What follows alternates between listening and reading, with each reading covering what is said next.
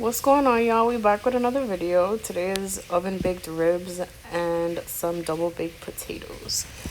So I'm starting off with some obviously washed potatoes, and I prick them with the fork all over so that they don't explode in my oven. And I wrap them in foil with some salt and pepper, and then I bake them for like about an hour, hour and a half, maybe, till they're soft. And then here I'm frying up some bacon for these potatoes because I put bacon in the potatoes and I put it also like on top of it. Here I'm making the barbecue sauce. I had to get a recipe because even though I've made it before, I don't remember what I put in half the things that I make. So it was best to go and find a recipe. I'll link it down below because you can get a base, because I kind of tweaked it myself, like in terms of like, for example, the sugar. I didn't use all the sugar that I said to use because my dad and I kind of personally don't really like sweet barbecue sauce. So yeah, I didn't use all that sugar, and I added a few extra things. But yeah, I'll link it down below so you guys can get like an idea of what it is that I did. And then I cooked it off for like 30 minutes, and then I just kind of left it on low in the back burner. And then now our potatoes are done, so you're gonna let them cool, obviously, till they're like warm enough, or even cold if you want, so you can handle them. And you're gonna scoop out all the insides. You can get it like, you can leave a layer of potato within the skin, if that makes sense. Like there's people, like I've seen that they don't scoop out the entire potato, they leave like the ends for some reason. Whatever you want. I try to scoop out as much as possible while keeping the little boat intact. And here I used I cooked 3 potatoes just in case, because I wasn't sure if my boyfriend was gonna come over or not, which he ended up coming towards the end, so I was able to make him a potato. But yeah, this is just for 2 potatoes. So scoop out all the guts of the potato. That sounded kind of gross. All the insides. All the potato. Scoop out the inside of the potato and put it into a bowl. And again, try to leave the skin as whole as possible. You don't want it to break. Or like, if it breaks, it's fine, but you don't want it to have like a gaping hole inside. Or like be ripped or like in half or whatever. And then now, since y'all know I don't use measurements, I'm gonna try to eyeball this and assume what I used. I use sour cream, butter, and cream cheese, salt and pepper. I normally also use evaporated milk, but for whatever reason I didn't think to add it in here. But it still tasted good. And this is about, I want to say like half a cup of sour cream. And then I want to say a good like 2 tablespoons of butter. And I think I used about like 1.5 ounces of cream cheese. And then salt and pepper to taste, obviously. And then you rip up the bacon, which I'm going to get to that. But I'm trying to open up this cream cheese because it was brand new and I was struggling to open this packaging. And yeah, so I use like, I want to say about 1.5 ounces of cream cheese, something like that. Yeah, that looks about right. That looks like about 1.5 ounces. And then here comes the pepper and the salt. I've been making this for so long, I kind of have everything down to like, I want to say a science, or not a science. Like I have an idea of like how much to really put in there without it being like too much. I don't know. But yeah, and then, oh, and like the sour cream and the cream cheese, it doesn't need to be room temperature. Like you can, just to simplify your life. But since the potatoes were still warm, I didn't really need to do that. So it kind of helped mix it in. And now I'm just gonna rip up this bacon. I made enough so that I was able to get a decent amount of bacon like within the mashed potato, and still leave some so that I can put it on like the top of the potato. I think I made like 7 bacon strips.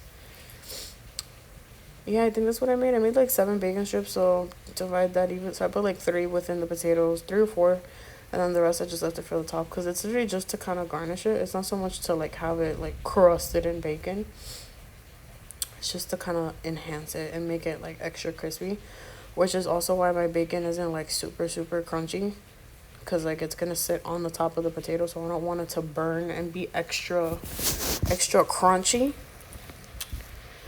And yeah, so you go ahead and you add all that. And again, since it's warm, it should be relatively easier to mix. So just go ahead and mix all of that together.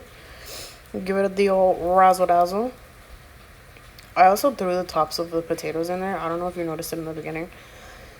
You don't have to, because there's people that don't like skins in their mashed potatoes, which I was like that until I was, I don't know, like 11. And I started eating potato skin, so it's like whatever. But yeah, that's where all the good stuff is. So you could throw that in there too. Like, you don't have to have it go to waste. Mix everything up really good, and then you're gonna scoop it back. It's gonna look like a lot more, which eventually, like, it kind of does become more than what you have. Um, and yeah, you just mix it around till it gets pretty evenly distributed, and you don't have any giant globs of cream cheese or butter or sour cream. And then you just scoop it into the potato. Um, yeah. And like I said, I usually put evaporated milk or cream, but for whatever strange reason, I forgot to do that. Or I didn't think to do that. I realized it now as I was doing the voiceover. I was like, oh wow, huh, I ain't put no milk. Oops. And just scoop all that yumminess. Look how thick those potatoes are. Look at that. Fill it up as much as you like. As much or as little, honestly. And then once you're done scooping the potatoes, you might have a little bit extra. I normally do, even if I have um like even no matter how many potatoes I have, like it always ends up having like a decent amount left over. This one, I guess because I packed the potatoes in like really pretty good, I didn't have too much left over, but I normally have enough for like one serving for like one person of mashed potatoes. But yeah, now I want to get some shredded cheese. You can use any cheese. You can use shredded mozzarella. You can use whatever cheese blend you want. I use whatever I have in the fridge. I happen to have mozzarella because I made, what did I make? I think I had made a lasagna recently. So I had cheese left over. Um, Let me know if you guys want to see a lasagna video. Let me know in the comments. Because I'd be so down to do that. Lasagna is one of my favorite things to make because it's so easy, even though people think it's so hard. It's honestly one of the easiest things to make.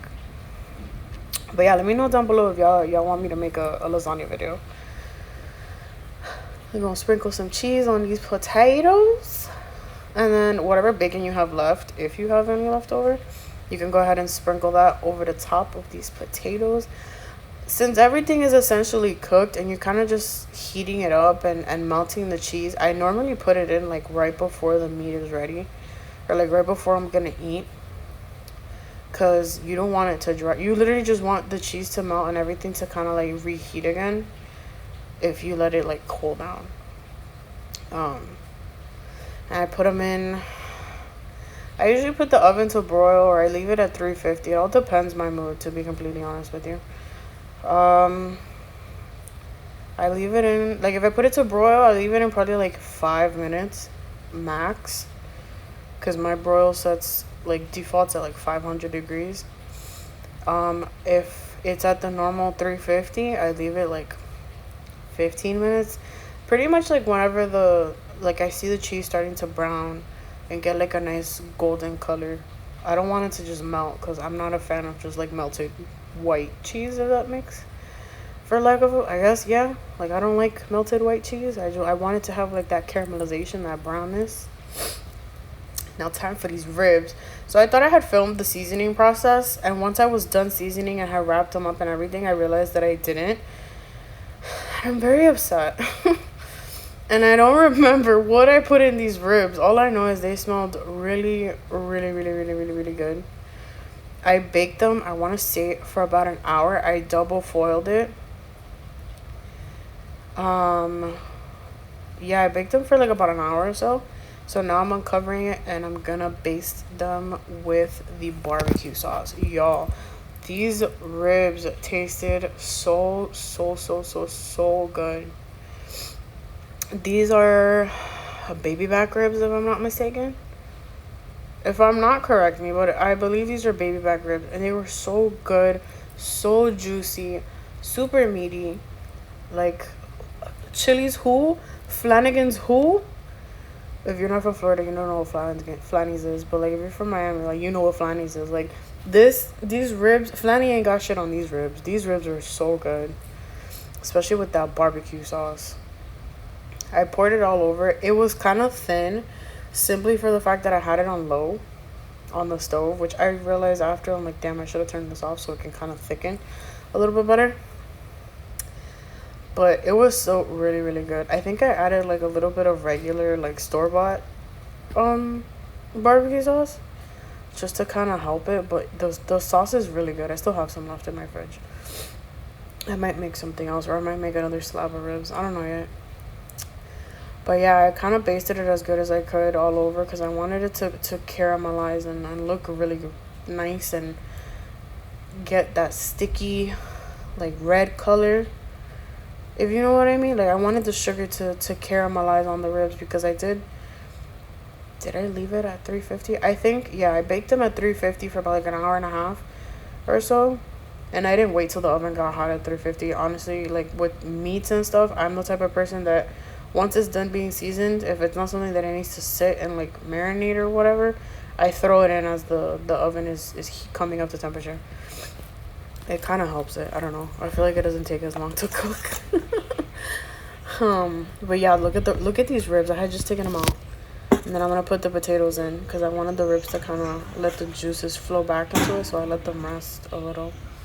And yeah, I put the potatoes in I put it on broil, so I left them in for like 5 minutes or so. See, there's the extra potato. Now I'm taking these potatoes out of the oven. Look at this. Look at these potatoes. They had the nice little brown bits. Some of the pieces of the bacon kind of like burned a little bit, or they got super crunchy. Oh, so good. So good. So I wanted to grab the plate and I moved everything because I'm trying to make sure y'all see the process.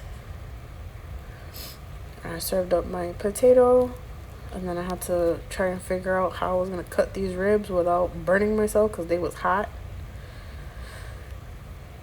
And I also had to try to figure out how to take the foil off these potatoes without burning myself because me being me, I didn't want to drop it with the tongs. And then I dropped my potato and then I can't get no picture. But yeah, I was kind of struggling to cut the ribs. Like, they were cooked. But again, since it's hot, I didn't want to poke through the, what's it called? Through the foil because I didn't want the juices to leak. And then the cartilage that it had on the top of the ribs, it was so good, dude. Like, these ribs were one of the best ribs I think I've made in a while. I cut myself like 2 or 3. Which I wish I would have had like something else. I was thinking of making mac and cheese, but then I got lazy and I was like, nah, I don't want to make mac and cheese. But yeah, I cut up the ribs, and then I had to wrap I think I was wrapping it up again, or I cut up a little bit more. I'm not sure. But yeah, now I'm gonna drizzle some of the sauce on here. So yummy. I think I got some sauce on the side too because it was really good. And yeah, this is the ribs. Look at how juicy and yummy and sticky. But yeah, see, this is the dinner, and we'll see you guys in the next time. Let me know what you guys want to see in the comments. Bye.